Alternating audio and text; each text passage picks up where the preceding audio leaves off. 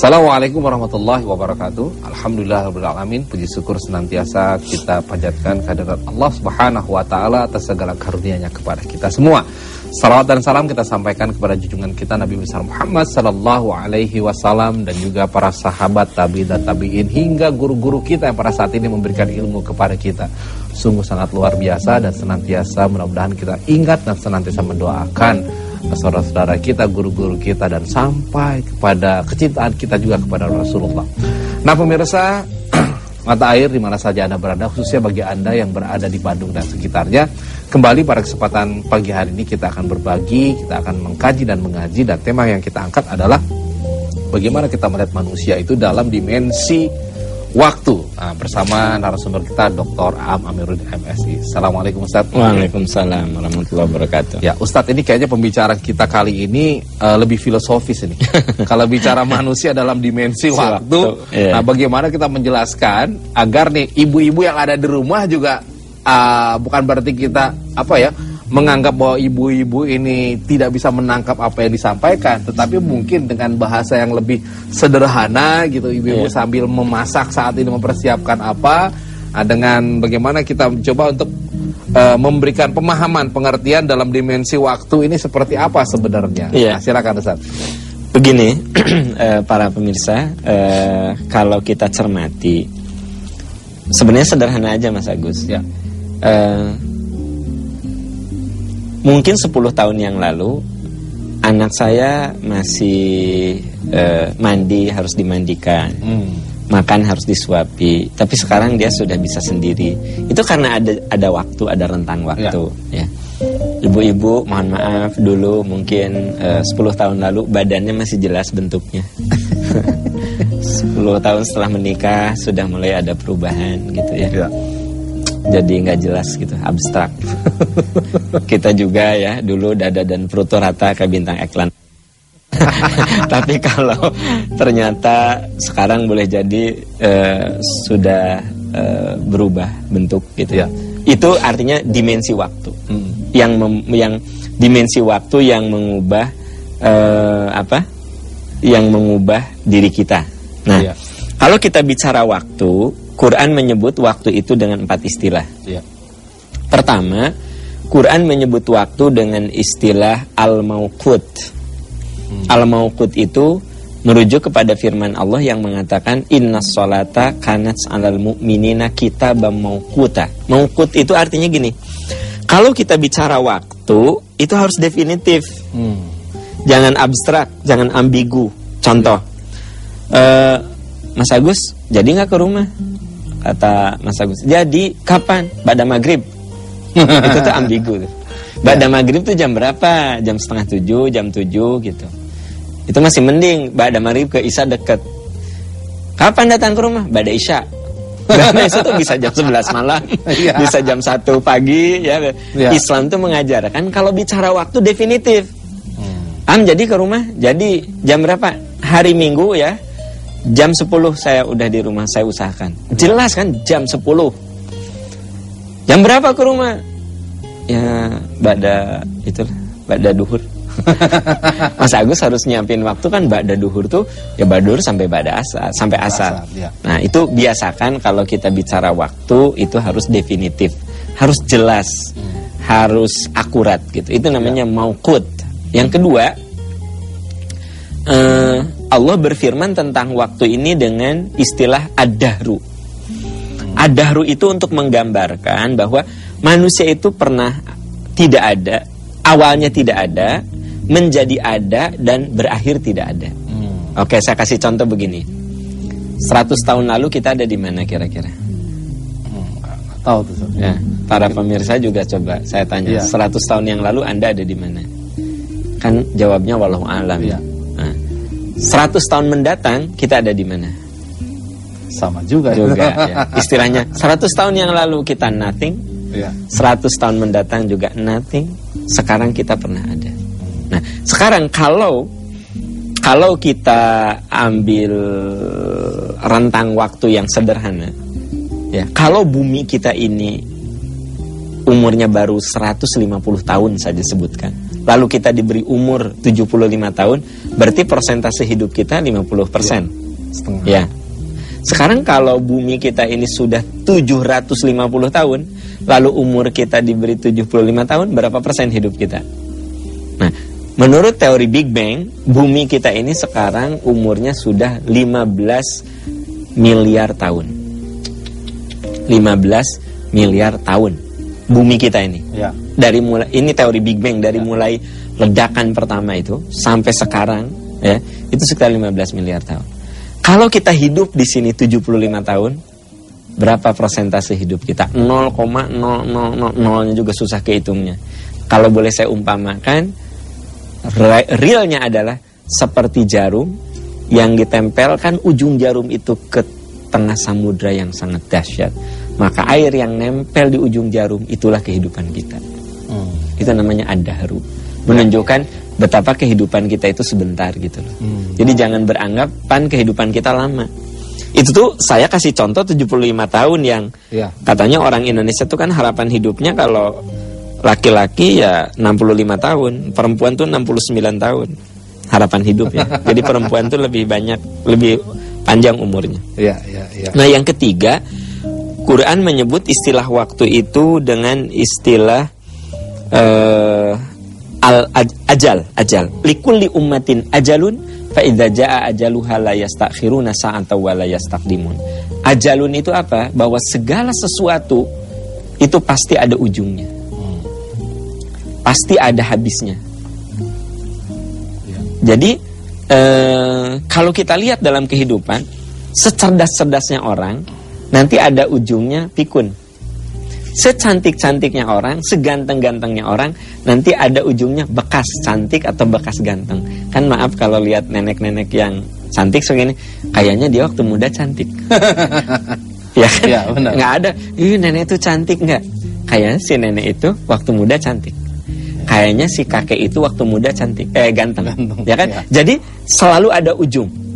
Orang jadi presiden cuma 10 tahun, jadi gubernur 10 tahun gitu, ada ujung. Jadi pegawai negeri 55 tahun gitu, jadi guru besar tuh 65 tahun, ada endingnya, ada ujungnya. Itu namanya ajal. Jadi kita harus sadar bahwa hidup itu ada ujung gitu loh. Ada ending. Nah, yang keempat, Quran menyebut manusia itu dengan konsep waktu al-asr, itu yang terkenal. Kita kan taunya populernya cuma al-asr aja, ya. Al-asr. Nah, jadi kalau al-asr itu berkaitan dengan masalah bahwa kualitas diri kita, kesolehan kita itu dikembalikan pada kita. Kenapa? Karena kita diberi waktu yang sama. Maaf, ahli maksiat dan ahli ibadah kan sama saja 24 jam per hari. Gitu. Orang yang kerjanya cuma ngabisin waktu untuk ngerumpi, untuk buang-buang waktu dengan orang yang sungguh-sungguh bekerja, belajar, kan sama saja 24 jam. Nah, jadi siapapun diri kita pasti terikat oleh 4 istilah itu. Bisa al-asr, artinya waktu kita itu berada dalam kerugian, kecuali kita isi dengan amal soleh dan kebaikan.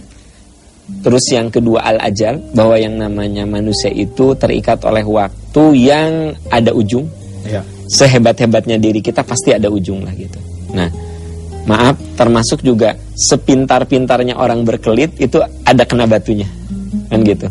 Kemudian yang ketiga tadi ad-dahru, bahwa yang namanya manusia itu pada awalnya tidak ada, menjadi ada dan tidak ada lagi. Dan jangan salah, keberadaannya itu sebentar.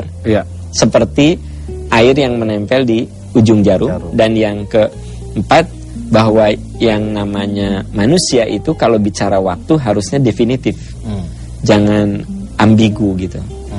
Harus definitif. Jam berapa ketemunya? Jam 8. Gitu. Nah, kalau kita bicara mengenai waktu, berarti ini kan berlakunya hanya pada konteks kita itu berada di dunia, Ustaz, ya? Ya kan, karena setelah itu dan sebelumnya kita sama sekali tidak tahu apa yang terjadi gitu. Artinya kalau kita bicara masalah waktu dalam konteks ini, otomatis kan kita bicara selama kita hidup. Nah, sekarang sebenarnya dengan penjelasan yang Ustaz sampaikan tadi, apa sih efek nih untuk diri kita sebagai manusia gitu? Dan mungkin juga di rumah nih, ibu-ibu gitu, pengaruhnya buat saya ini apa sih dengan penjelasan waktu yang Ustadz sampaikan dengan konteks yang tadi gitu. Iya. Itu pertanyaan yang sangat bagus dan penting untuk kita soroti, bahwa waktu yang kita bicarakan itu adalah waktu dimensi dunia. Iya. Gini, kenapa disebut dengan 24 jam? Kenapa disebut dengan seminggu, sebulan, setahun? Ya. Itu mengikuti peredaran bumi mengitari matahari. Kita bisa mengatakan 1 tahun itu 365 karena bumi mengitari matahari. Kita bisa mengatakan sebulan dalam penanggalan hijriah itu 29 sampai 30 hari itu karena bulan mengitari bumi. Ya. Maaf kalau misalnya nanti setelah kiamat kan buminya hancur. Ya. Mataharinya hancur, bulannya hancur, maka dimensi waktu yang kita bicarakan sudah tidak berlaku lagi. Betul. Makanya ada ayat yang berbicara bahwa sehari di sana jangan kamu anggap sehari di sini. Ya. Karena dimensinya sudah berbeda. Nah, lalu apa pengaruhnya pembicaraan waktu dalam hidup kita? Ini mengandung makna bahwa kita harus hati-hati dengan waktu yang kita miliki. Makanya Rasulullah itu pernah mengatakan, kun fid dunya ka'annaka gharib. Hiduplah kamu di dunia seolah-olah kamu itu sedang mengembara. Orang mengembara itu pasti akan pulang ke kampung halamannya. Berarti kamu harus berbekal apa yang kamu akan bawa pulang ke kampung halaman. Awabiru sabilin. Dan hiduplah kamu di dunia seolah-olah kamu orang yang sedang menyeberang jalan. Saya pas baca hadis ini luar biasa gitu, futuristiknya Rasul. Coba bayangkan, seperti kamu menyeberang jalan. Kira-kira waktu itu jalan kayak apa? Nggak kayak sekarang kan. Orang mau nyeberang paling kendaraan unta. Unta jalannya kayak begitu. Udah begitu apa? Mana ada orang tertabrak unta? Tapi Rasul mengatakan, hidup kamu di dunia seperti kamu menyeberang jalan. Bayangkan sekarang kalau nyebrang, ya kalau nggak ada jembatan penyeberangan, lirik kanan, lirik kiri, jangan lari, tapi juga jangan terlalu lambat, gitu kan? Hati-hati, gitu. Berarti kan hidup di dunia itu berkaitan dengan masalah waktu. Sadari bahwa memang kita tidak abadi. Yang kedua, hati-hati bahwa yang namanya hidup itu suatu kegembiraan bisa jadi petaka. Tapi petaka bisa jadi kegembiraan. Maaf, betapa banyak orang yang jadi petaka di tengah kegembiraan. Gitu. Tapi tidak sedikit orang kena petaka tapi berujung kebahagiaan. Gitu. Itu yang namanya hidup gitu. Berarti kan berkaitan dengan masalah pembicaraan tentang dimensi waktu ini, bagaimana kita berjuang bersaing dengan perjalanan waktu sehingga waktu kita benar-benar menjadi waktu yang terindah dalam hidup gitu. Karena emang singkat. Ya, artinya adalah selama kita hidup ini berbuat sesuatu, kalau bicara yang terindah mungkin kita harus ini lagi Ustaz, pendekatan indah itu seperti apa? Karena gini, kalau kita melihat kan ini masalah waktu pasti ada kaitannya dengan karakter kita ini. Ya kan? Ada orang misalkan melihat dalam hidupnya, ya santai aja deh, kayaknya jalan waktunya lama banget. Tapi ada juga ya orang ataupun orang-orang yang sibuk kan, waduh kayaknya waktu nih kurang, jadi ya 24 jam itu nggak cukup. Banyak hal yang akhirnya belum terselesaikan dengan baik. Nah, padahal kita bisa melihat bahwa sama-sama ini artinya adalah orang yang sama-sama orang juga ya. Ya kan, mereka sama-sama orang, tapi penghargaan terhadap waktu atau aktivitas itu sangat berbeda. Nah, sekarang bagaimana sih sebaiknya kita menghargai dari 24 jam ini? Apakah kita misalkan ya harus bekerja terus nih? Kan ada orang yang membagi Ustaz, 8 jam bekerja, 8 jam entah itu mungkin istirahat, 8 jam lagi ibadah. Nah, harus seperti apa sih kita dalam membagi waktu agar tadi itu Ustaz sampaikan tercipta sesuatu yang terindah dalam kehidupan? Ya. Untuk menjawab pertanyaan ini ada hadis Rasul yang menarik. Kata Nabi, yanbaghi lil aqil ayyakuna lahu 4 sa'at. Orang beriman itu selama akalnya sehat. Jadi yanbaghi lil aqil, sebaiknya orang beriman yang akalnya masih sehat membagi waktunya ke dalam 4 bagian. 1, sa'atun yunaji fiha rabbah. Ada waktu untuk munajat kepada Tuhannya. Ya. Jadi ada saat memang kita munajat kepada Allah Subhanahu wa taala. Ya. Ya. Kemudian ada juga waktu di mana kita ini sa'atun yatafakkaru fi khalqillah. Ada waktu untuk belajar. Jadi yang tadi munajat, minta, mohon, doa gitu, ya.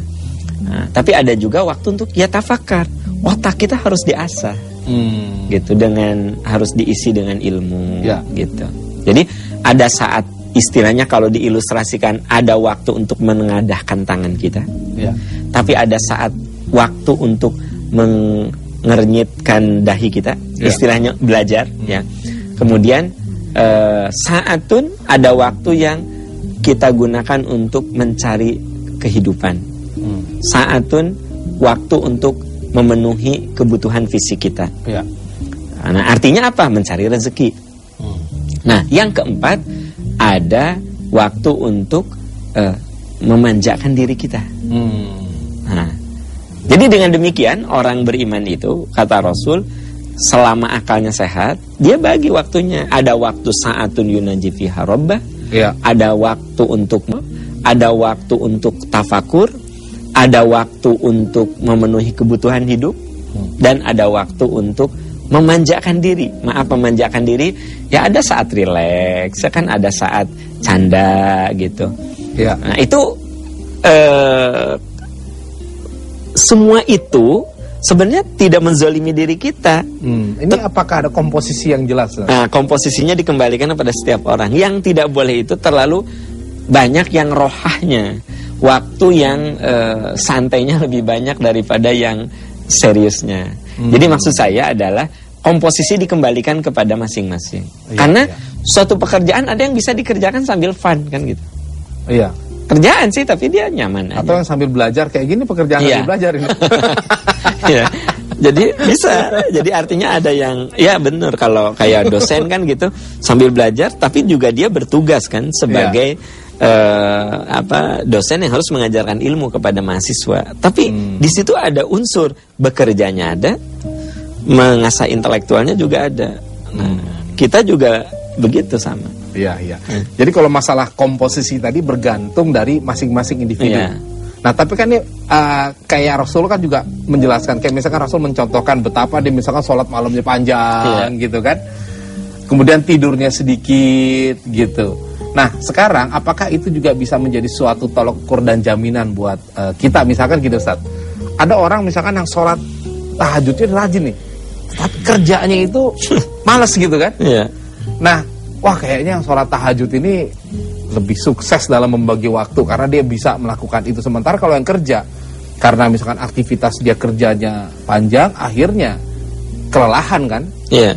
Nah, kalau kita melihat seperti ini, kan juga ketika orang memanfaatkan, tentu akan menghasilkan output yang bagus. Nah, output seperti apa sih yang diharapkan gitu dari pembagian dari pembagian seperti yang tadi yang Ustaz sampaikan? Iya. Begini. Rasul pernah menegur seorang sahabat yang diadukan oleh istrinya. Jadi gini, ada seorang perempuan, seorang istri datang kepada Rasul, "Ya Rasulullah, saya punya suami yang tahajudnya rajin, tapi saya khawatir dengan keadaannya. Dia nggak pernah tidur malam, sholat aja gitu. Terus siang hari dia tidak pernah berbuka, saum aja gitu, gitu." Lalu Rasul memanggil si laki-laki itu. Kata Rasul, "Benar nggak istrimu mengatakan begini? Ya. Apa kata Rasul? Kata orang itu, "Betul ya Rasulullah, karena saya ingin dekat dengan surgamu." Apa kata Nabi? "Demi Allah, saya adalah orang yang paling takwa di antara kamu. Kalau malam aku nggak pernah begadang, aku ada tidur, ada sholat. Siang hari aku tidak pernah berpuasa tiap hari kecuali Ramadan. Kalau kamu mau, sum yauman waftir yauman, saum sehari dan berbuka sehari."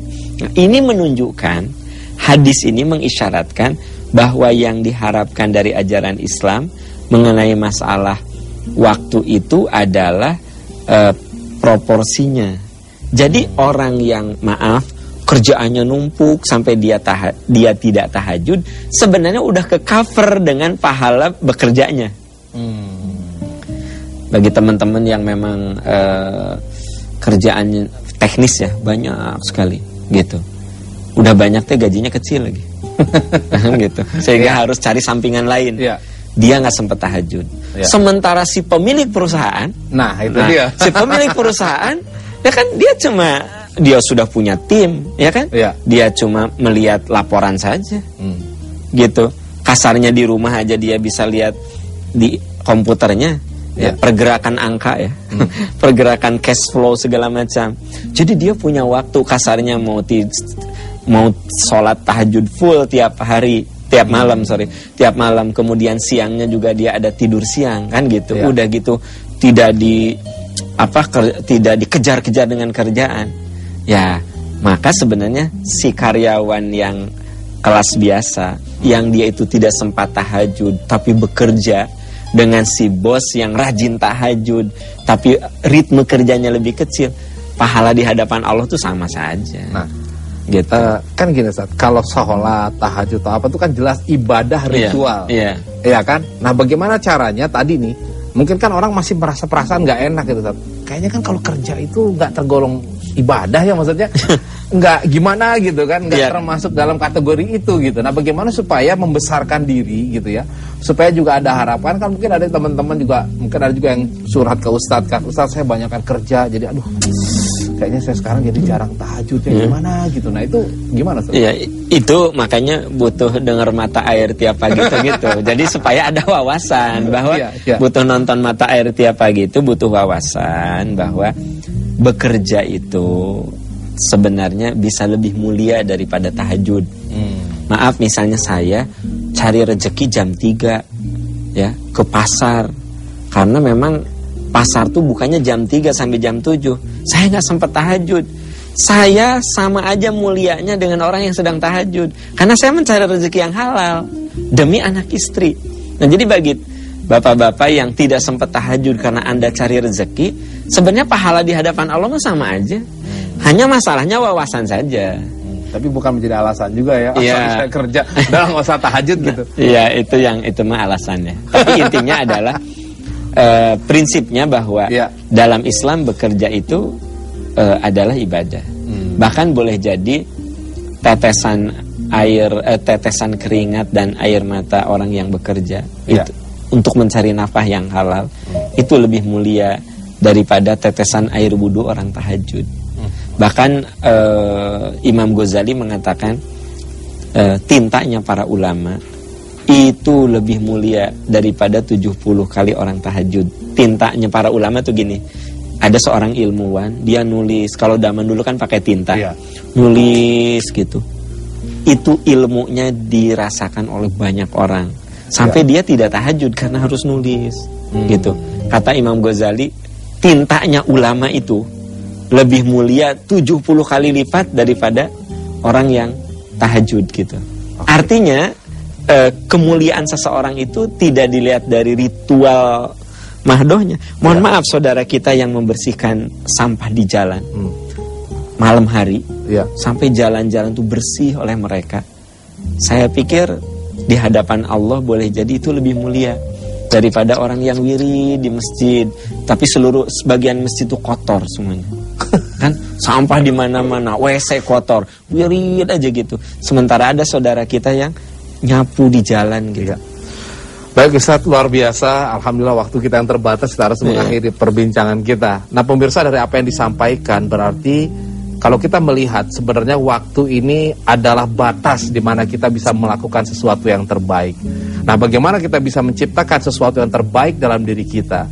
Ya itulah, mari kita sama-sama belajar supaya kita tidak salah paham. Artinya apa? Bukan saja ibadah-ibadah ritual yang bisa mengantarkan kita menjadi manusia yang sukses, tetapi ibadah dalam bentuk pekerjaan atau apa saja yang bisa memberikan manfaat kepada orang banyak dengan diniatkan hanya kepada Allah Subhanahu wa Ta'ala, ini bisa menjadikan diri kita menjadi orang yang sukses. Jadi tolak ukur sukses bukan hanya saja melakukan ibadah ritual atau ibadah mahdoh kepada Allah, tetapi tolak ukur sukses itu adalah bagaimana orang itu bisa memanfaatkan, mengoptimalkan dirinya dalam kurun waktu yang tersedia di muka bumi ini untuk kepentingan dan kemaslahatan umat atau kemaslahatan bersama. Terima kasih atas perhatian Anda. Mohon maaf bila ada hal-hal yang kurang berkenan. Wabillahi taufiq wal hidayah. Assalamualaikum warahmatullahi wabarakatuh.